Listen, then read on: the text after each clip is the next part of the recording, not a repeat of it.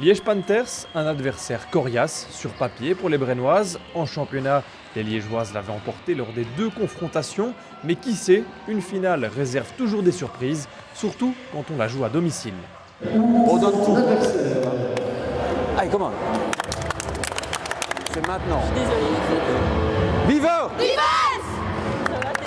Et dès le début de la partie, les Brennoises donnent le ton. NJ Briclay, la capitaine locale, montre l'exemple en inscrivant le premier panier. Les échanges sont équilibrés, 12-11, mais les Liégeoises vont prendre l'ascendant à la fin du premier quart.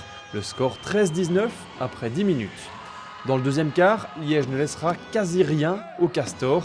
Les Brennoises prennent l'eau, tout le mérite des jeunes Panthers, dont les contres sont redoutables et la défense excellente. Les Liégeoises qui inscrivent même 13 points consécutifs sans que Brennes ne parvienne à faire défiler le marquoir de son côté. À la pause, Liège mène logiquement de 21 points, 24-45. Au mental, les jeunes Castors vont bien revenir dans cette partie. Les Brennoises enchaînent les paniers importants comme ici à 3 points avec Briclay. Les quarts font à 12 points, 39-51. Elle ne voulait pas abdiquer, ça c'était le mot d'ordre, elle ne voulait pas abdiquer, moi non plus. Voilà, on l'a déjà fait en championnat, on perd parfois de 25-30 points au deuxième quart-temps, on revient, parfois on gagne même le match, elle ne lâche rien. La fin du troisième quart est moins contrôlée par les Brabançonnes, 44-67, le score à 10 minutes de la fin. Le dernier quart sera lui aussi assez serré, mais les joueuses de Laurent François ne parviendront pas à revenir au score. Assez logiquement, Liège Panthers s'impose, 60-86.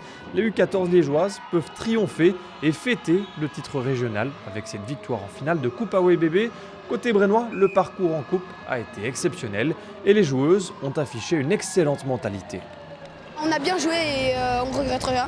Et au début du match, on s'est dit c'est super bien d'être arrivé là, du coup on n'a aucun regret. Très satisfait, je veux dire sans trop de difficultés, ce serait quand même pour moi faire un peu injure à Brennes qui pour moi a fait un très bon match parce que dans le troisième quart-temps, ils sont là, ils sont à 12 points, donc moi je pense que c'était un bon match.